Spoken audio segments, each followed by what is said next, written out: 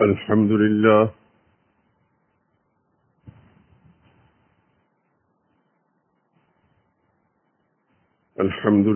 وحده، والصلاة والسلام على من لا نبي بعده ولا رسول بعده ولا معصوم بعده.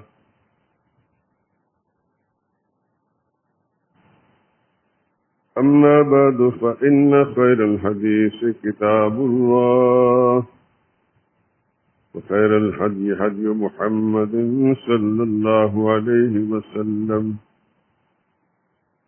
وشر الأمور محدثاتها، وكل محدثة بدعة، وكل بدعة ضلالة، وكل ضلالة في النار.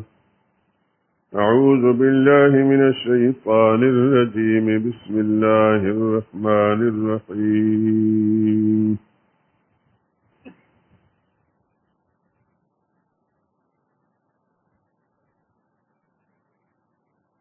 أم اتخذوا من دون الله شفعاء،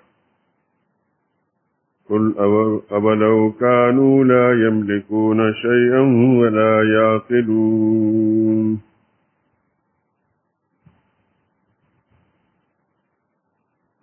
قل لله الشفاعة جميعا، له ملك السماوات والأرض، ثم إليه ترجعون.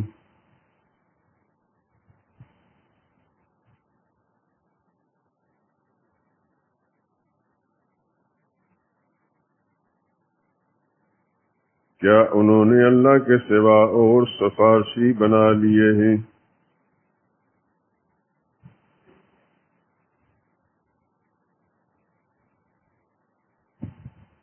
کہہ دیجئے کہ خواہ وہ کسی چیز کا بھی اختیار نہ رکھتے ہوں اور نہ ہی کچھ سمجھتے ہوں،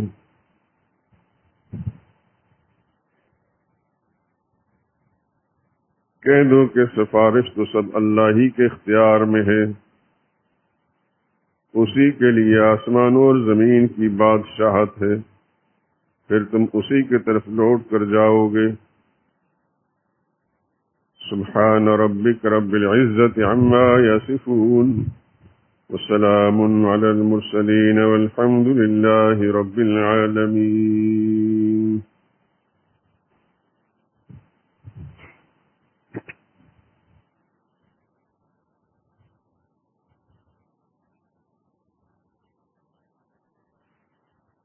درود پاک پڑھ لیں۔ اللهم صل على محمد وعلى آل محمد كما صليت على إبراهيم وعلى آل إبراهيم إنك حميد مجيد۔ اللهم بارك على محمد وعلى آل محمد كما باركت على إبراهيم وعلى آل إبراهيم إنك حميد مجيد۔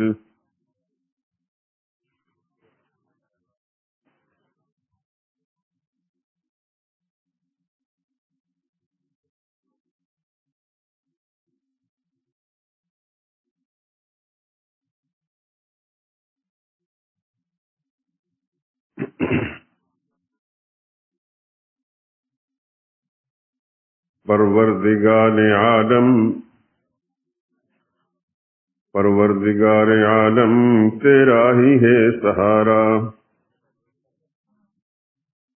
پروردگار عالم تیرا ہی ہے سہارا، تیرے سوا جہاں میں کوئی نہیں ہمارا۔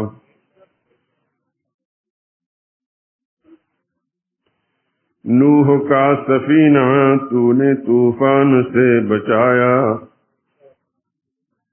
نوح کا سفینہ تو نے طوفان سے بچایا، مشکل کے وقت تو ہی بندوں کے کام آیا۔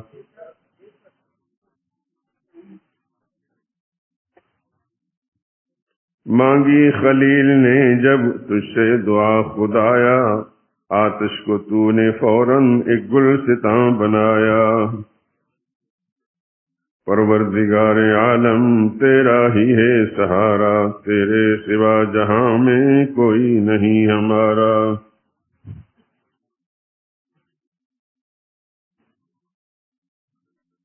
تو نے صدا الہی بگڑی کو ہے سنوارا، تیرے سوا جہاں میں کوئی نہیں ہمارا۔ یونس کو تو نے مچھلی کے پیٹ سے نکالا، یونس کو تو نے مچھلی کے پیٹ سے نکالا، تو نے ہی مشکلوں میں ایوب کو سنبھالا۔ الیاس پر کرم کا تو نے کیا اجالا ہے، دو جہاں میں یا رب تیرا ہی بہت بول بالا۔ پروردگار عالم تیرا ہی ہے سہارا، تیرے سوا جہاں میں کوئی نہیں ہمارا۔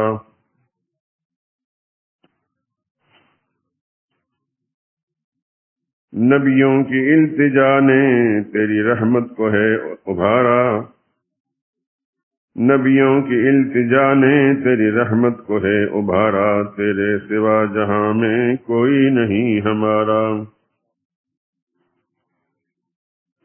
یوسف کو تو نے مولا دی قید سے رہائی، یوسف کو تو نے مولا دی قید سے رہائی، یعقوب کو دوبارہ شکل پسر دکھائی۔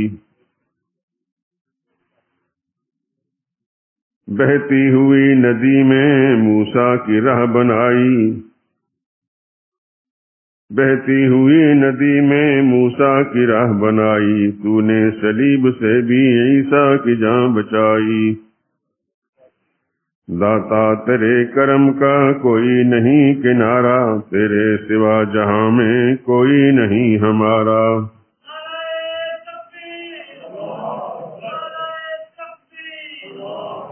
پروردگار عالم تیرا ہی ہے سہارا، تیرے سوا جہاں میں کوئی نہیں ہمارا۔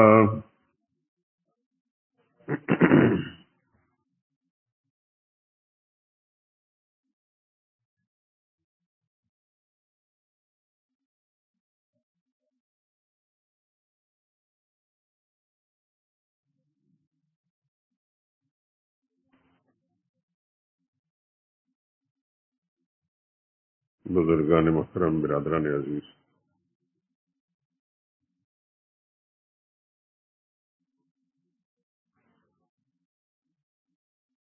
پچھلے جمعے کے اختتام پر بیان کے بعد میں نے جیسا کہ آپ کو اسی وقت بتا دیا تھا کہ یہ سلسلہ مضمون جو ہے آج میں نے اس کا آخری بیان آپ کو سنایا ہے۔ مجھے اپنے ایک ساتھی نے توجہ دلائی کہ ایک مضمون رہتا ہے،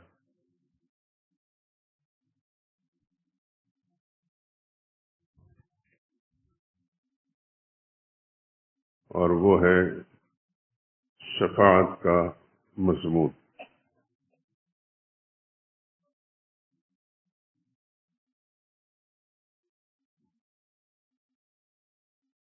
مجھے یاد نہیں پڑتا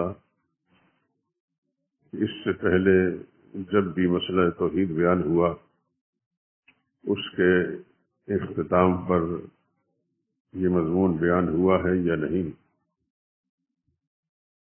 لیکن بہرحال ساتھی نے توجہ دلائی، میں نے اس پر غور کیا تو احساس ہوا کہ نہیں، یہ مسئلہ اہم ہے اور اس کی طرف توجہ بھی مبذول کرا دینی چاہیے۔ اسی لیے میں نے قرآن حکیم کی سورہ زمر کی آیت نمبر 43 اور 44 تلاوت کی ہیں، ترجمہ میں پیش کیا ہے۔ قرآن حکیم کی تلاوت کے دوران آپ حضرات مختلف مقامات پر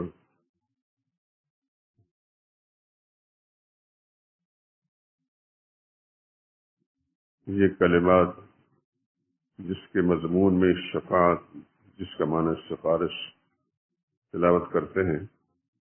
مثلاً آیت الکرسی ہے، آپ جب تلاوت کرتے ہیں تو اس کے اندر یہ آیت ہے من ذا الذی یشفع عنده الا باذنہ، کون ہے وہ ذات جو سفارش کر سکے اللہ کے سامنے سوائے اللہ کی اجازت کے. اس طرح یہ آیت آپ کے سامنے ہے. آگے سورہ نجم میں بھی ایک آیت آتی ہے کم من ملک فی السماوات لا تغنی شفاعتهم شیئا، کتنے ہی فرشتے ہیں آسمانوں میں، ان کی سفارش کام نہیں آئے گی، شیئا کچھ بھی، الا من بعد ان یاذن اللہ، ہاں اللہ اجازت دے دے، وہ یرضا اور راضی بھی ہو تو پھر اس کی سفارش ہو سکتی ہے، ورنہ نہیں. مسلمانوں کا کیونکہ عقیدہ آپ کا بھی ہے، میرا بھی، اور ہر مسلمان کا، کہ محمد مصطفیٰ صلی اللہ علیہ وسلم کی امت کو، اہل ایمان کو سفارش نصیب ہوگی.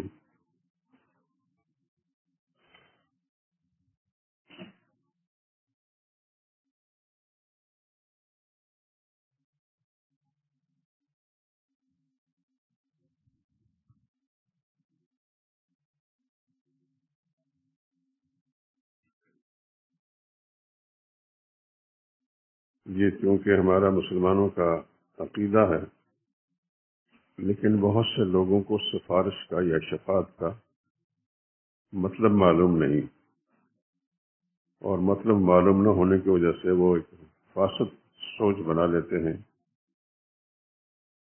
اس لیے میں نے مناسب سمجھا کہ تھوڑی سی اس کی وضاحت کر دی جائے. باقی زندگی کتنی ہے کتنی نہیں ہے،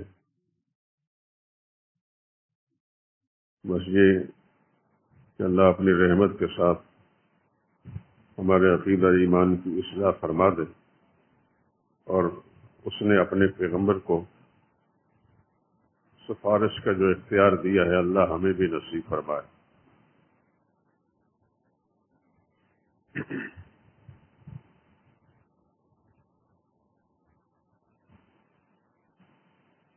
بہت سے لوگوں کا یہ نظریہ ہے کہ اللہ نے سفارش کا اختیار جو دیا ہے تو ہر ایک کی سفارش ہوگی اور اللہ ماننے پر مجبور ہے.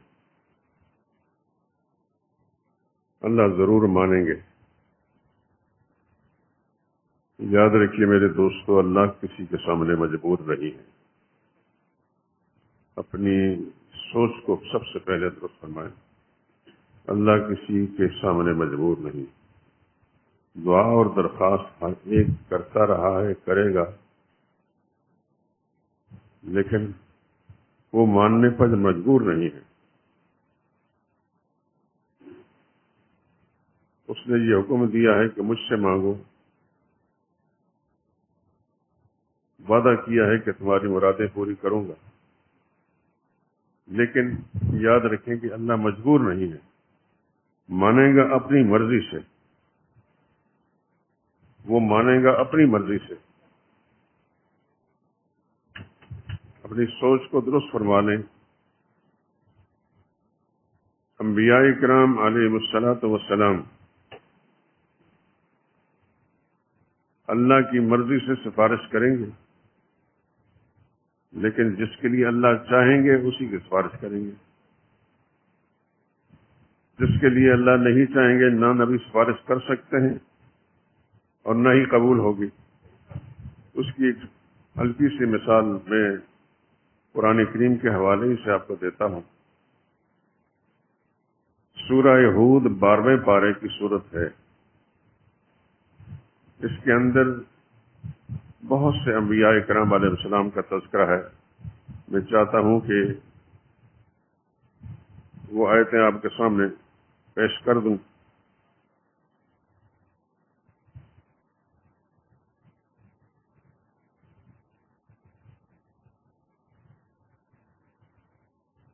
ان آیات کے اندر اس سورہ مبارکہ میں بہت سے نبیوں کے تذکرے ہیں. ان میں سب سے پہلے حضرت نوح علیہ السلام کا ہے. یہ آپ کے علم میں ہے کہ انبیاء اکرام علیہ الصلوۃ والسلام میں نوح علیہ السلام وہ پہلے پیغمبر ہیں جن کی امتوں کے اندر شرک آیا. نوح علیہ السلام سے پہلے جو انبیاء گزرے ہیں ان کے تذکرے قرآن کریم میں بہت معدوم ہیں، نہ ہونے کے برابر ہے. احادیث طیبہ میں اکا دکا تذکرہ آتا ہے. نہ ہونے کا سبب یہ ہے کہ ان قوموں کے اندر شرک نہیں تھا. جب شرک آیا تو پھر اللہ کریم نے اس مضمون کو بیان کیا اور نبیوں کا تذکرہ بھی آیا.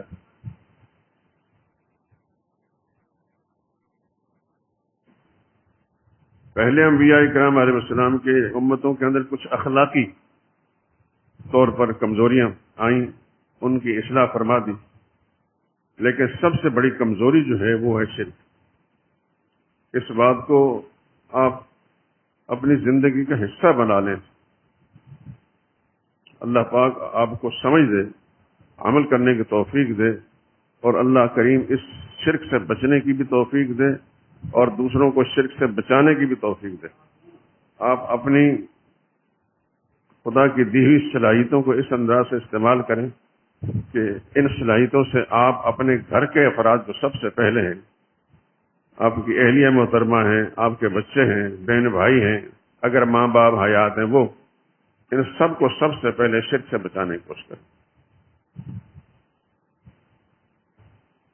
ممکن ہے شیطان ذہن میں وسوسہ ڈالتا ہے کہ ماں باپ کو سمجھائیں.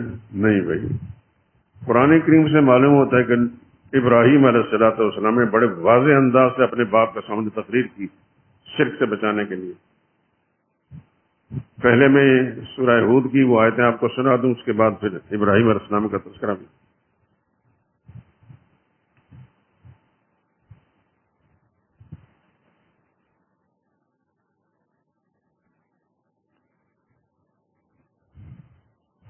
نوح علیہ السلام نے ساری قوم کو واضح فرمایا، شرک سے بچانے کی کوشش کی، اور قوم کے جو بد نصیب تھے شرک میں مبتلا، انہوں نے پورا مقابلہ کیا نوح علیہ السلام کا.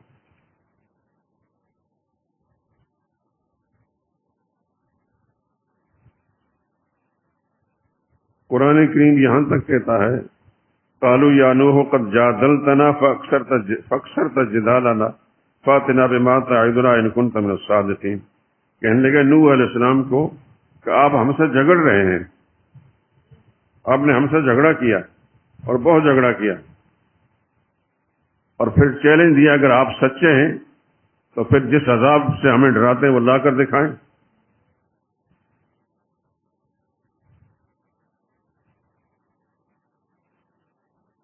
قصہ مختصر قرآن کریم اسی اسلوب کو بیان کرتا ہے. اللہ کریم نے فرمایا اوحی الی نوح انہ لن یؤمن من قومک الا من قد آمن. آپ کے پیروکاروں میں سے جو لوگ ایمان لا چکے باقی اور ایمان نہیں لائیں گے. آپ کیا کرنا ہے؟ وصنع الفلک، ایک کشتی بنانا شروع کر دیں، کہ طوفان کا عذاب خدا نے لانا تھا. اور پھر قرآن کا اسلوب دیکھیں، وصنع الفلک بأعیننا ووحینا، کشتی بنائیں ہمارے حکم سے اور ہماری آنکھوں کے سامنے.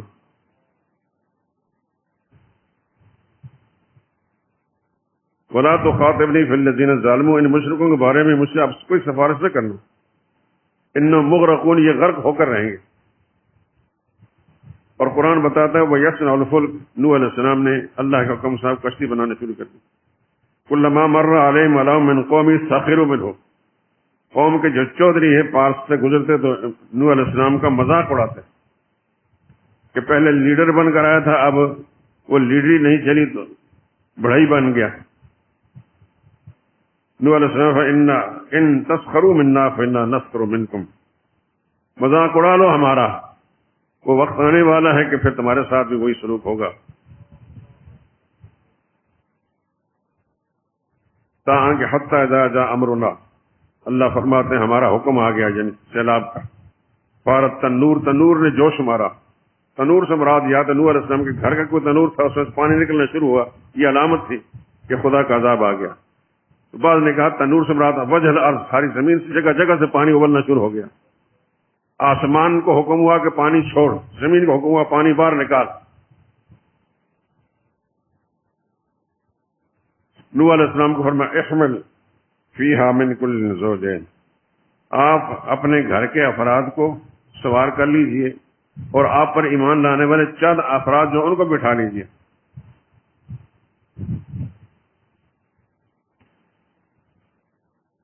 قرآن کہتا ہے وما آمن معہ الا قلیل، نوح علیہ السلام پر ایمان لانے پڑے ہی تھوڑے لوگ۔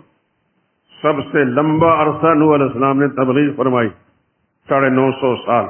ایمان لانے والے بعض مفسرین کہتے ہیں 100 کی تعداد میں نہیں تھے، 80 سے زیادہ نہیں۔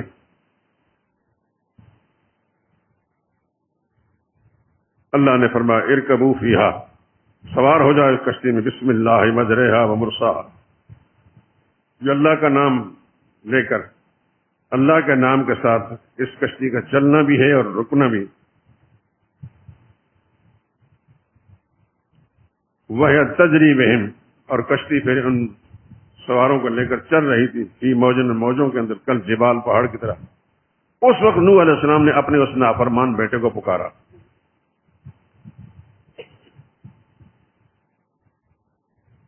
یا بنیا، اے میرے بیٹے، ارکب معنا، ہمارے ساتھ سوار ہو جا، کافروں کا ساتھ مت دے۔ دماغ جب خراب ہو جائے کسی کا، پیغمبر کا بیٹا بھی پھر ایسا جواب دے دیتا ہے۔ قال سآوی الی جبل یعصمنی من الماء، میرے ابا جان کس چیز سے ڈراتے ہیں؟ یہ پانی تو آتے رہتے ہیں، سیلاب آتے رہتے ہیں، اگر خدا نخواستہ اگر وہ اونچا پہاڑ جو اس پر میں چڑھ جاؤں گا۔ اللہ کے نبی نے فرمایا عاصم اليوم، آج یہ روایتی قسم کا سیلاب نہیں، خدا کا عذاب ہے، آج بچانے والا کوئی نہیں۔ یہ بات باپ بیٹے کے درمیان ہو رہی تھی، حال بینہم الموج، خدا کی غضب کا ایک لہر آئی، فکان من المغرقین، نوح علیہ السلام کا بیٹا غرق ہو گیا۔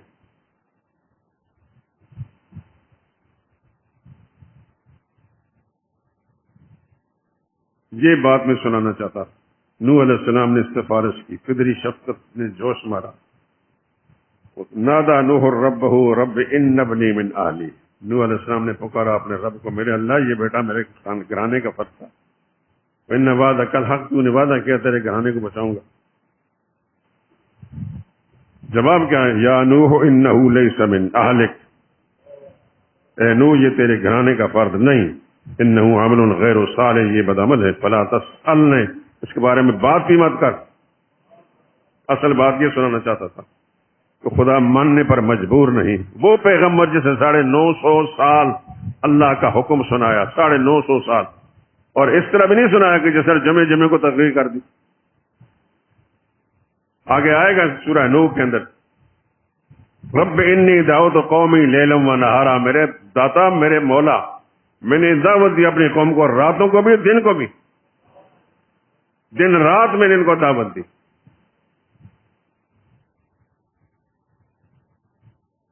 یہ بھاگتے ہی رہے، میں ان کو دعوت دیتا ہی رہا۔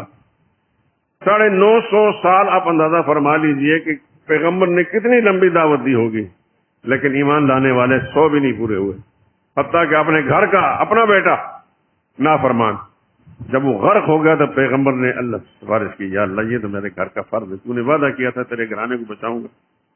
اللہ نے فرمایا یا نوح انہ لیس من اہلک، یہ تیرے گھر کا فرد نہیں، انہ عمل غیر صالح، اس کے اعمال برے ہیں، فلا تسألنی، سوال بھی مت کر۔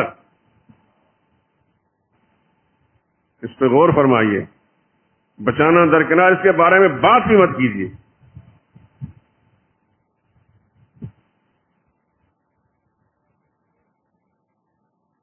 انی اعوذک ان تکون من الجاہلین، میں تمہیں نصیحت کرتا ہوں کہ آپ جذبات سے مغلوب ہونے والے لوگوں میں سے نہ ہوں۔ اللہ نے جب یہ انداز اختیار کیا جواب میں، تو نوح علیہ السلام فرمایا رب انی اعوذ بک ان اسألک ما لیس لی بہ علم، اے اللہ میں پناہ چاہتا ہوں ایسا سوال کروں کہ جس کا مجھے پتہ نہیں، وَإِلَّا تَغْفِرْ لِي، اگر تو نے مجھے معاف نہ کیا، وَتَرْحَمْنِی، مجھے رحم نہ کیا، اکن من الخاسرین، تو میں خسارے میں مبتلا ہو جاؤں۔ میری وہ بات جس کی طرف میں نے توجہ دی کہ اللہ کے سامنے سفارش کرتے رہے پیغمبر اپنے گھرانے کے لوگوں کے لیے، جیسے یہاں امتوں کے لیے، لیکن اللہ ماننے پر مجبور نہیں۔ اللہ ماننے پر مجبور نہیں، اس بات کو اچھی طرح سے، وہ مالک ہے، وہ خالق ہے، وہ اپنی مرضی کا مالک ہے، وہ کسی کے مرضی پر نہیں چلتا۔ یہ حکم دیا ہے، اجازت دی ہے، مانگو، لیکن یہ میری مرضی ہے کہ میں کس کا سوال منظور کرتا ہوں، کس کا نہیں کرتا۔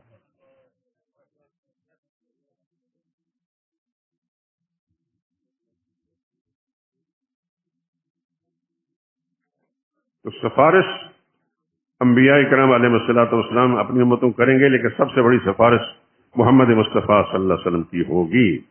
لیکن اللہ نے، آپ آیت الکرسی کے اندر پڑھتے ہیں، اور قرآن کریم کی سب سے عظیم آیت، بڑی شان والی، بڑے رتبے والی آیت، من ذا الذی یشفع عندہ، کون ہے وہ جو اللہ کا سامنے سفارش کرے، الا باذن، اللہ کے اذن کے بغیر، اللہ کی طرف سے اجازت ہوگی تو وہ سفارش کرے گا۔ اللہ کسی کے ماننے پر مجبور نہیں۔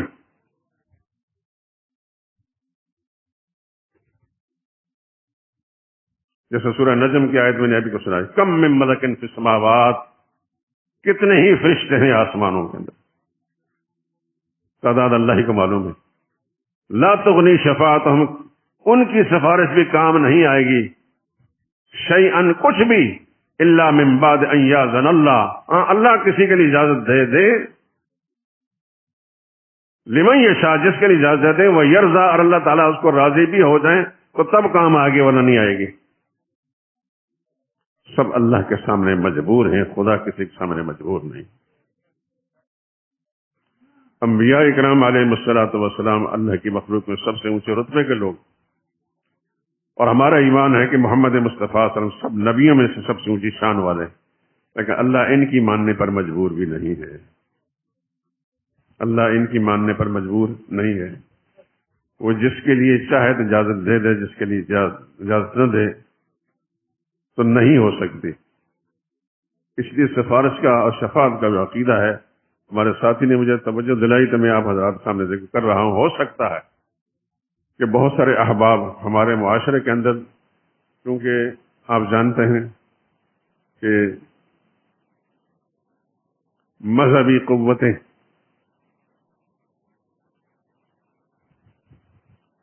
اکثریت مساجد کے ائمہ کی، مسجدوں کے خطیبوں کی ایسی ہے جو اس مسئلے کو نہیں سمجھتے۔ نہ سمجھنے کی وجہ یہ ہے کہ انہوں نے قرآن کریم کو پڑھا ہی نہیں ہوتا۔ آپ سوچیں گے کہ وہ کیسے مولوی بن گئے، کہاں وہ قرآن کریم ترجمہ میں سناتے ہیں؟ نہیں بھائی، ہم چونکہ طالب علم لوگ ہیں، طالب علم سے نکل کر آئے ہیں، ہمارے مدارس کے اندر بہت کچھ پڑھایا جاتا ہے، قرآن کی تفسیر نہیں پڑھائی جاتی، صرف ترجمہ کیا جاتا۔ ترجمے سے بات نہیں بنتی، اس کے لیے ماہر استاد معلم جس نے زندگی کے سیکھنے سکھانے میں گزاری ہو، اس کے سامنے زانو تلمس طے کیے جائیں تو تب یہ بات سمجھ میں آتی ہے۔ میں اللہ کا شکر ادا کرتا ہوں کہ میں ایسے اساتذہ کے سامنے،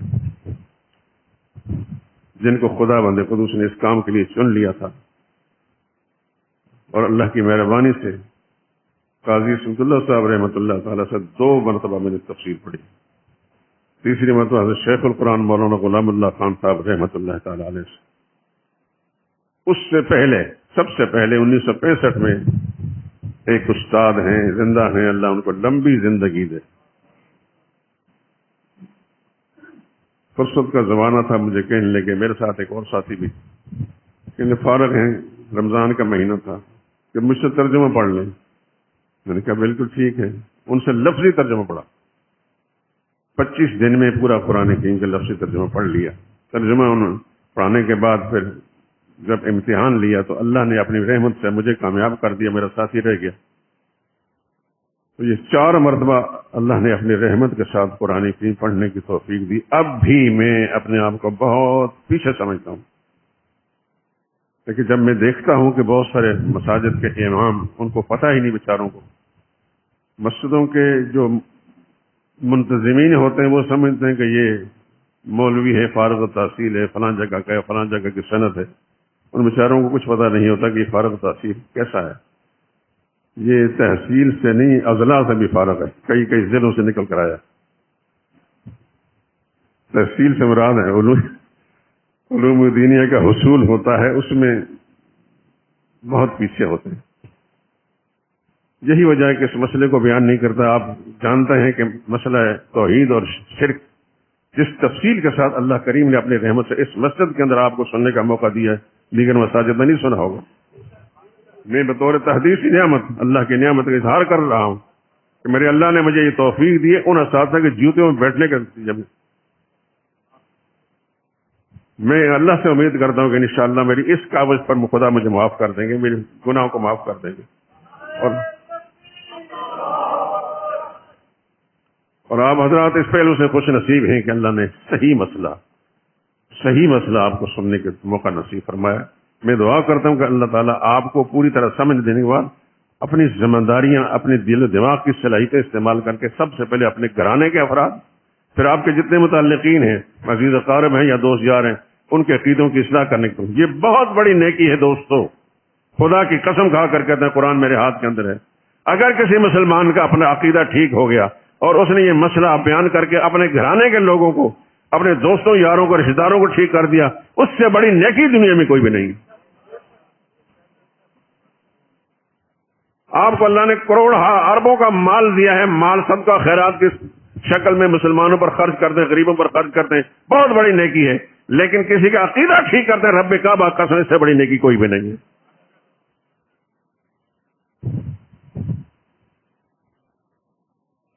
اس کو معمولی نہ سمجھیں، آنکھیں بند ہوں گی تو پھر پتہ چلے گا کہ خدا کے ہاں کس عقیدے پر کاربند رہنے والے یا اس کو پھیلانے والوں کو کے ساتھ اللہ کا کیا اعزاز و اکرام کا معاملہ ہوگا۔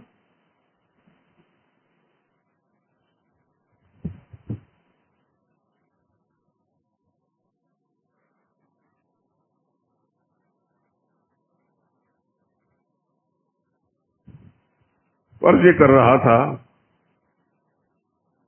کہ مسئلہ شفاعت، یعنی اپنی زبان میں آپ سفارش کہہ دیتے ہیں، عربی زبان میں شفاعت ہے، یہ بڑا اہم مسئلہ ہے، لیکن شفاعت انبیاء اکرام علیہ السلام کو اجازت ہوگی، اس کے سوا نہیں۔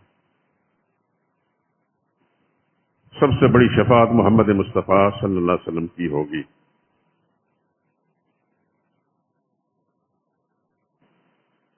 لیکن اس کے باوجود یہ بات ذہن نشین کر لیں پکی طرح،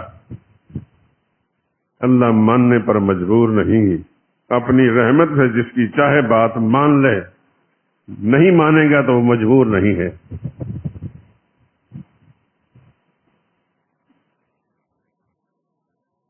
یہ بات اصل بات ہے جس کی وجہ سے لوگوں کے عقیدوں میں بگاڑ بھی ہے، اور اگر مسئلہ سمجھ میں آ گیا تو اصلاح بھی ہے۔ اللہ تعالیٰ اپنی رحمت کے ساتھ میرے اس بیان کرنے کو قبول فرما لیں، اور آپ حضرات کے سننے کو اور سن کر اس پر عمل کرنے اور دوسروں تک پہنچانے کی اللہ توفیق عطا فرمائے۔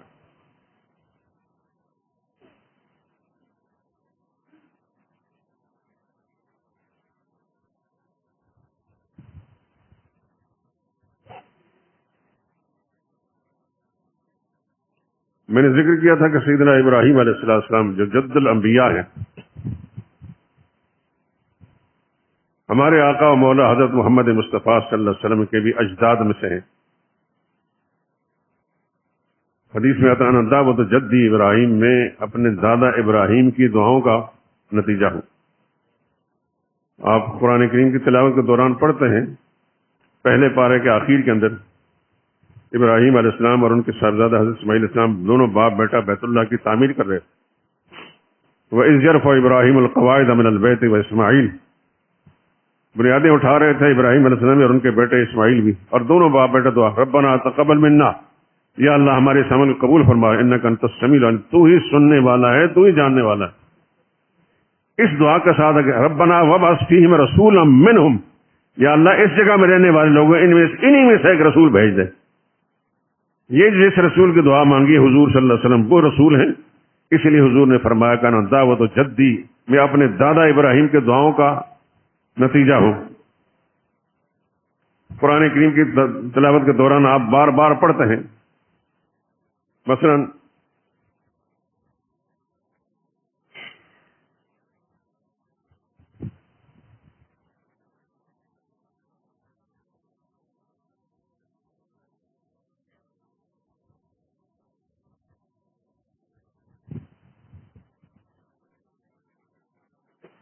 سورہ انعام ہے، اس کی آیت نمبر 161، قل اننی ہدانی ربی الی صراط مستقیم۔ میرے نبی آپ اعلان کر دیں میرے رب نے مجھے صراط مستقیم کا راستہ دکھا دیا، سیدھا راستہ۔ وہ کیا ہے؟ دینن قیمن، یعنی صحیح دین، ملت ابراہیم علیہ السلام کا طریقہ۔ قرآن کریم میں جا بجا تھا فتبع ملت ابراہیم، میرے نبی ابراہیم کے طریقے پر چلے۔ حضرت ابراہیم علیہ السلام کو اللہ نے اتنا بڑا مقام عطا فرمایا تھا کہ ان کی بعثت کے بعد جتنے نبی دنیا میں اللہ پاک نے بھیجے، چاہے وہ بنی اسرائیلی ہو یا بنو اسماعیل میں سے صرف محمد مصطفیٰ صلی اللہ علیہ وسلم، یہ سب ابراہیم علیہ السلام کی اولاد میں سے، سب ابراہیم علیہ السلام کی بعثت کے بعد جتنے نبی بھی دنیا میں آئے سب ابراہیمی تھے، ابراہیم علیہ السلام طریقے پر تھے۔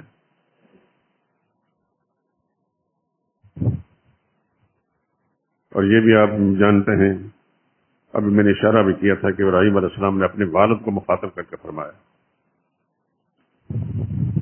میں سنائی دیتا ہوں قرآن کریم کی آیات نکال کر تاکہ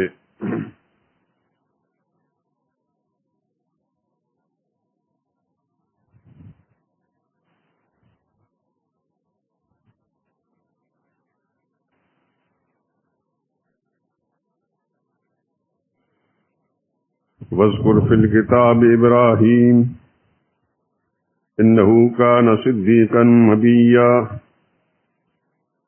میرے پیغمبر کتاب میں ابراہیم علیہ السلام کا ذکر کیجیے، یقیناً وہ سچے نبی تھے۔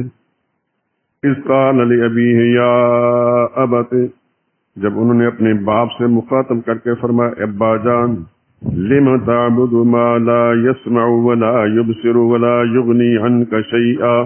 ان لفظوں پہ غور کیجیے، یہ ابراہیم علیہ السلام کی تقریر ہے جو باپ کے سامنے کر رہے ہیں۔ یہ میں اس لیے ذکر کر رہا ہوں کہ ہمارے معاشرے کے اندر بہت سے لوگ یہ سمجھتے ہیں کہ اپنے ماں باپ کے سامنے کوئی دین کی بات کرنا یہ گستاخی، وہ بڑے ہیں ان کے سامنے دین کی بات نہیں کی جا سکتی، یہ بے ادبی اور گستاخی، یہ شیطانی وسوسہ ہے، گستاخی نہیں، یہ ذمہ داری ہے کہ اگر کوئی سمجھتا ہے کہ میرے ماں باپ دین سے لا تعلق ہے یا دینی معاملہ میں خرابی ہے تو ان کی اصلاح کرنا بیٹے کی ذمہ داری ہے۔ قرآن کریم میں ابراہیم علیہ السلام کا تذکرہ اس لیے ذکر کیا ہے کہ ابراہیم علیہ السلام کا ذکر پڑھنے کے بعد پھر اپنی ذمہ داری کو سمجھیں۔ ابراہیم علیہ السلام اپنے باپ سے تقریر میں 3 باتیں کہیں۔ لم تعبدو، کیوں پوچھتے ہیں، ماں ان کو، لا یسمع، آپ اگر ان کو کچھ کسی مطلب کے لیے پکاریں آپ کی پکاروں کو سنتے نہیں، ولا یبصر، آپ کو دیکھتے نہیں، ولا یغنی عنک شیئا، آپ کے کچھ عام کام آ سکتے نہیں۔ 3 باتیں، نہ آپ کی پکاروں کو سن سکتے ہیں، نہ آپ کو دیکھ سکتے ہیں، نہ آپ کی مشکل میں آپ مشکل کشائی کر سکتے ہیں۔ یہ کون کہہ رہا ہے؟ ابراہیم علیہ السلام فرما رہے ہیں اپنے باپ سے۔ باپ مشرک تھا، عازر،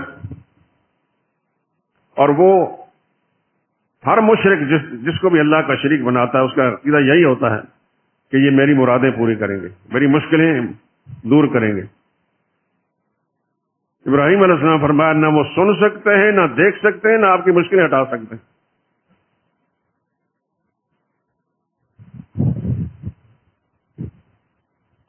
لمبی تقریر ہے، باپ نے آگے سے ابراہیم علیہ السلام کو حجتیں پیش کرنے کا ابراہیم علیہ السلام نے جواب دیا۔ آخر میں جب بات نہیں بنی تو کہنے لگا نکل جا میرے گھر سے، یہی کچھ کر سکتا ہے مشرک باپ، یہی کچھ کہہ سکتا ہے اپنے بیٹے کو میرے گھر سے نکل جا۔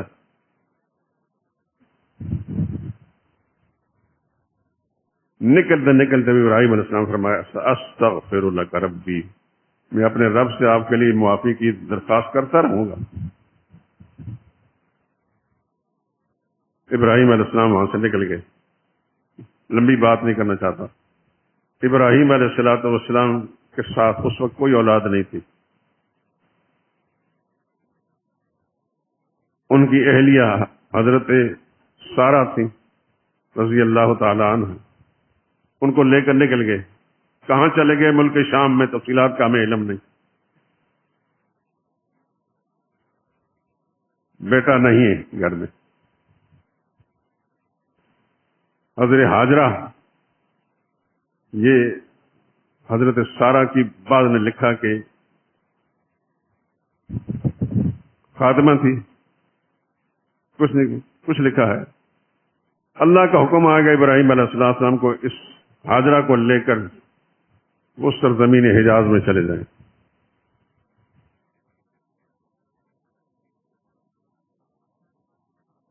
جس کو آج آپ مکہ معظمہ کہتے ہیں. ابراہیم علیہ السلام نے حکم کی تعمیل کیا. حضرت ہاجرہ کو، اصل میں لفظ حاجر ہے، ہاجرہ مشہور ہو گیا اس لیے میں ذکر کر رہا ہوں. ابراہیم علیہ السلام کی اہلیہ ہماری ماں، ان کا نام حاجر ہے. حاجرہ مشہور ہوا اس وقت میں ذکر کر رہا ہوں. ان کو لے کر چلے گئے اللہ کے حکم کی تعمیل کر کے. وہاں جہاں زمزم کا کنواں ہے، اس وقت کئی تبدیلیاں آ گئیں. میں نے زمزم کا کنواں اصل شکل میں دیکھا تھا، اب تو بہت تبدیلیاں آ گئیں. اس جگہ ابراہیم علیہ السلام ان کو چھوڑ کر، حضرت اسماعیل علیہ السلام چھوٹے سے بچے، ان کو چھوڑ کر، ماں بیٹے کو چھوڑ کر واپس نکل کے، کوئی بات بھی نہیں کی. دور تک جا رہے ہیں. حضرت ہاجرہ نے دور سے آواز دی، میرے آقا کدھر جا رہے ہیں آپ؟ ہمیں چھوڑ کر کہاں جا رہے ہیں؟ ابراہیم علیہ السلام نے کوئی جواب نہیں دیا. نبیوں کی آزمائشیں کتنی بڑی آزمائشیں ہوتی ہیں میرے دوستوں، ان کے گھرانوں کی. اللہ اکبر. اللہ نے اگر بڑے رتبے دیے ہیں تو بڑی بڑی آزمائش اور امتحانات کے بعد دیے. ابراہیم علیہ السلام نے کوئی جواب نہیں دیا. اما ہاجرہ چونکہ نبی کی بیوی تھی، اللہ پاک نے ان کو عقل دی تھی، فراست دی تھی. کیا ایسا کر کے، یعنی یہاں ہمیں چھوڑ کر واپس جانے کا حکم آپ نے خود کیا ہے یا اللہ نے آپ کو حکم دیا؟ فرمایا اللہ نے حکم دیا. بس اتنا جواب دیا. کہنے لگی اذ اللہ یضیعنا، پھر اللہ ہمیں یہاں ضائع نہیں کریں گے، اللہ غیب سے ہمارے اسباب پیدا کر دیں گے.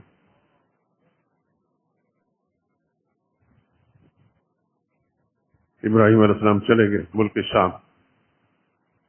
یہاں کوئی آبادی کا نام نشان نہیں، کوئی درخت نہیں، کچھ بھی نہیں. خانہ کعبہ کی یہ بلڈنگ اس وقت نہیں تھی. یہ بھی آپ کے علم میں ہونے چاہیے کہ بیت اللہ کی یہ بلڈنگ بارہا بنتی رہی، ٹوٹتی رہی، بنتی رہی، ٹوٹتی رہی، مختلف ادوار کے اندر.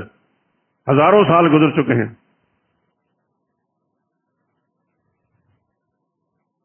ابراہیم علیہ السلام کچھ عرصے کے بعد، چند مہینوں کے بعد، کبھی کبھی خبر لینے آ جاتے، پھر چلے جاتے. تفصیلات میں نہیں جانا چاہتا. جب حضرت اسماعیل 12، 13، 14 سال کے ہوئے، اب نئی کا آزمائش شروع ہوگی. اللہ نے ابراہیم علیہ السلام کو وحی کے ذریعے بتا دیا کہ اپنے بیٹے کو ذبح کریں.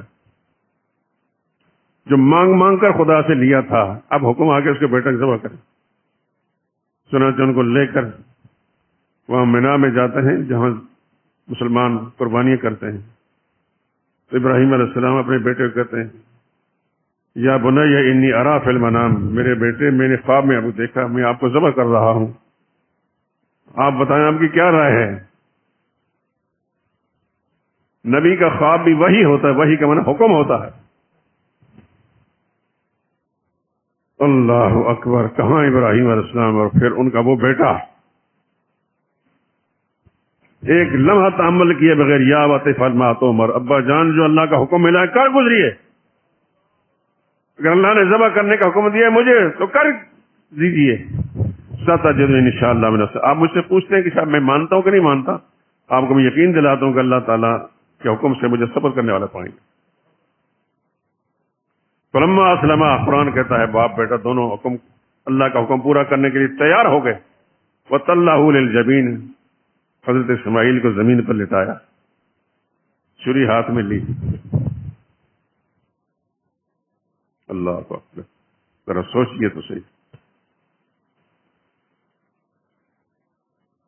ابراہیم علیہ السلام اپنے اس ننھے سے بیٹے ہیں کہ گلے پر چھری پھیر رہے ہیں، چھری کاٹ نہیں رہی، زور زور سے دباؤ ڈالتے ہیں اور چھری کو مخاطب کرتے ہیں کم وقت کاٹتی کیوں نہیں، اللہ کا حکم پورا کرنے میں دیر ہو رہی ہے. چھری کو اللہ نے زبان دی، میں آپ کی بات مانوں یا اللہ کی بات مانو. کھال کہتی ہے نہیں کٹنا، ابراہیم علیہ السلام فرماتے ہیں کٹنا ہے. چھری بھی کہتی ہے کہ نہیں کٹنا، اللہ فرماتا ہے نہیں کٹنا. کس کی بات مانو؟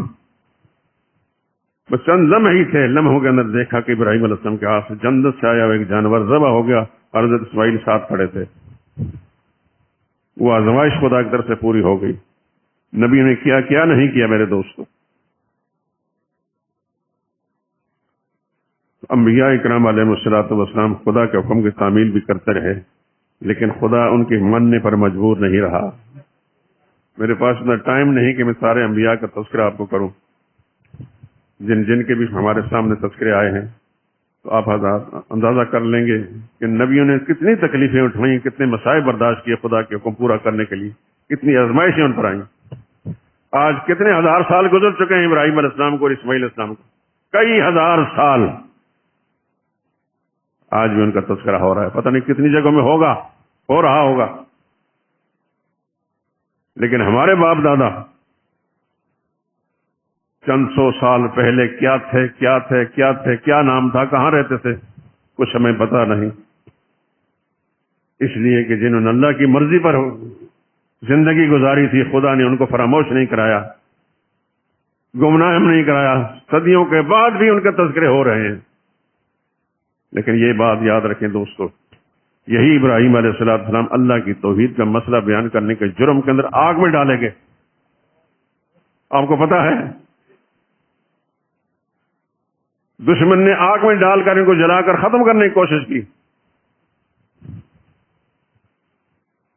اللہ نے آگ کا حکم دیا، قلنا یا نارو، ہم نے کہا یہ آگ کونی بردن، ٹھنڈی ہو جا. تیرے اندر جلانے کی تاثیر میں نے رکھی، آج حکم دے رہا ہوں ٹھنڈی ہو جا، لیکن اتنی ٹھنڈی نہ ہونا کہ میرے پیغمبر کو سردی لگ جائے. یہ مسئلہ ہے توحید. توحید کے لیے، توحید کی خاطر باپ نے گھر سے نکالا، توحید کی خاطر قوم نے آگ میں ڈالا. ہر نبی کے ساتھ یہ مشکلات پیش آئیں دوستو. محمد مصطفیٰ صلی اللہ علیہ وسلم کو طائف کے میدانوں کے اندر مارا گیا.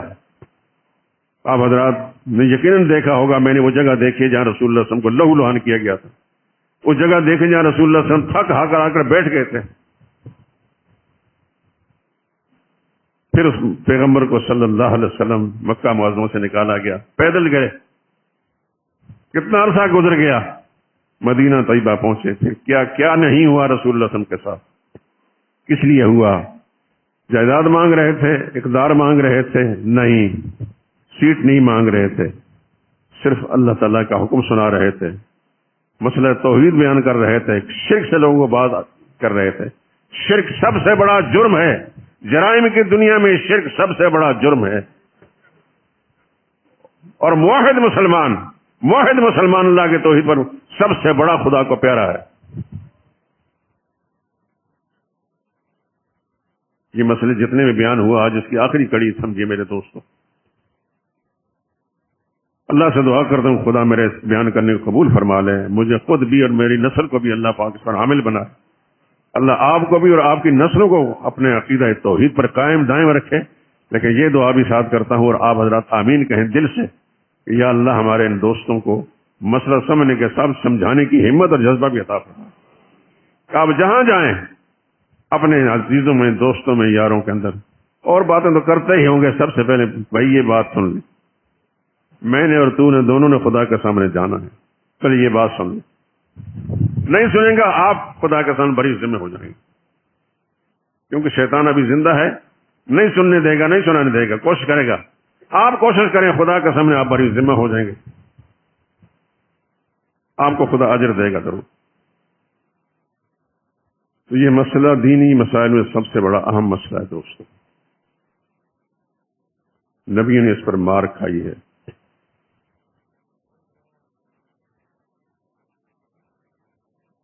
ابھی میں نے جو نظم پڑھی ہے اس کے اندر بعض انبیاء کا تذکرہ آپ نے. یونس علیہ السلام اللہ کے پیغمبر ہیں، مچھلی کے پیٹ میں کیوں چلے گئے؟ قوم نے جب بات نہیں مانی، ناراض ہو کر نکل گئے. آگے سمندری سفر تھا، کشتی کے اندر بیٹھے، بہت سارے لوگ بیٹھے تھے. پیغمبر جب بیٹھے تو کشتی ڈولنے لگی. سمندری سفر تھا.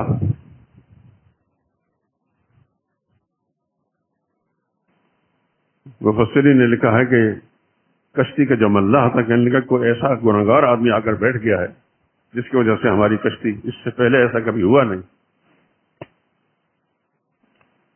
قرآن بتاتا ہے فصاحما، قرآن اندازی کی گئی. کون ہے ایسا؟ فکان من المدحضین، تو یونس علیہ السلام کے نام کو قرآن نکلا.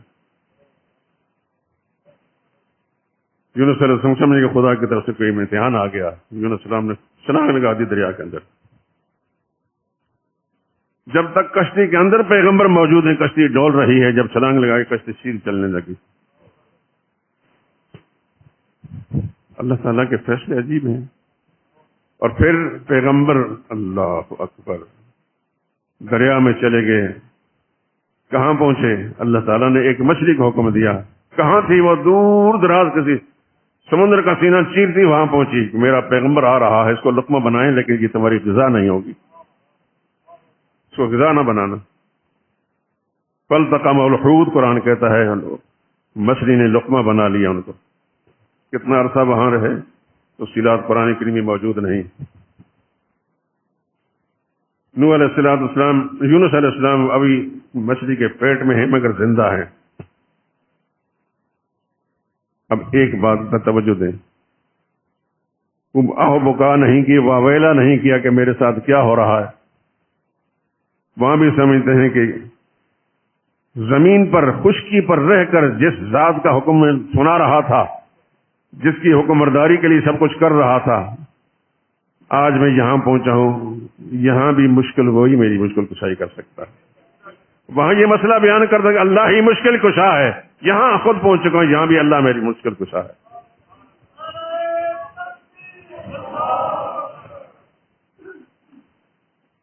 قرآن کیا کہتا ہے؟ قرآن کہتا ہے یونس علیہ السلام مچھلی کے پیٹ کے اندر اللہ کو پکارنے لگے.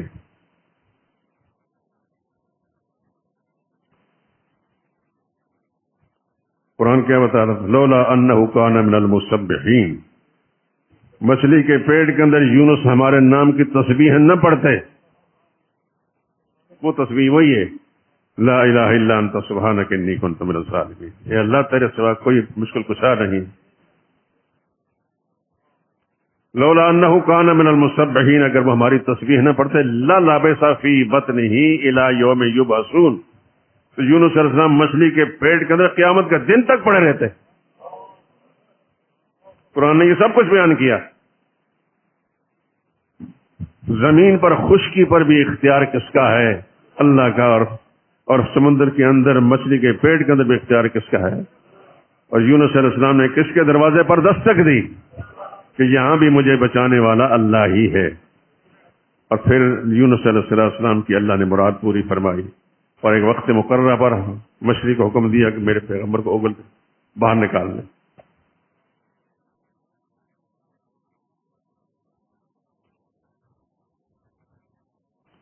اور وہ جو تسبیحیں پڑھی تھی وہ اس پر کبھی آپ نے غور فرمایا؟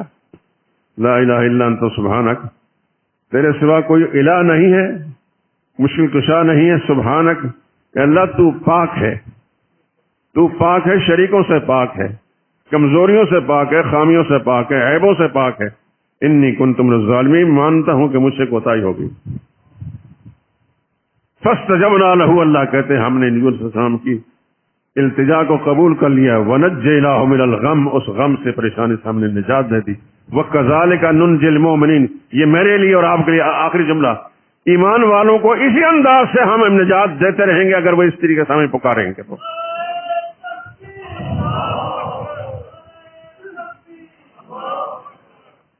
قرآن کریم کے اندر انبیاء کے بہت سارے تذکرے دوستو آپ نے ذکر پڑھے ہوں گے، غور فرمایا ہوگا. میری التجا ہے، ہاتھ جوڑ کر درخواست کرتا ہوں قرآن کریم کو روزانہ تلاوت کریں اور تلاوت کے ساتھ قرآن کریم ترجمے والا پڑھیں. زندگی کا مقصد حاصل ہو جائے گا دوستو. اس دنیا میں اللہ نے ہمیں بھیجا ہے، مقصد حاصل ہو جائے گا. خدا کے سامنے ہم نے جانا ہے تو وہاں شرمندگی سے نہیں، سرخرو ہو کر جائیں، کامیابی کے ساتھ جائیں.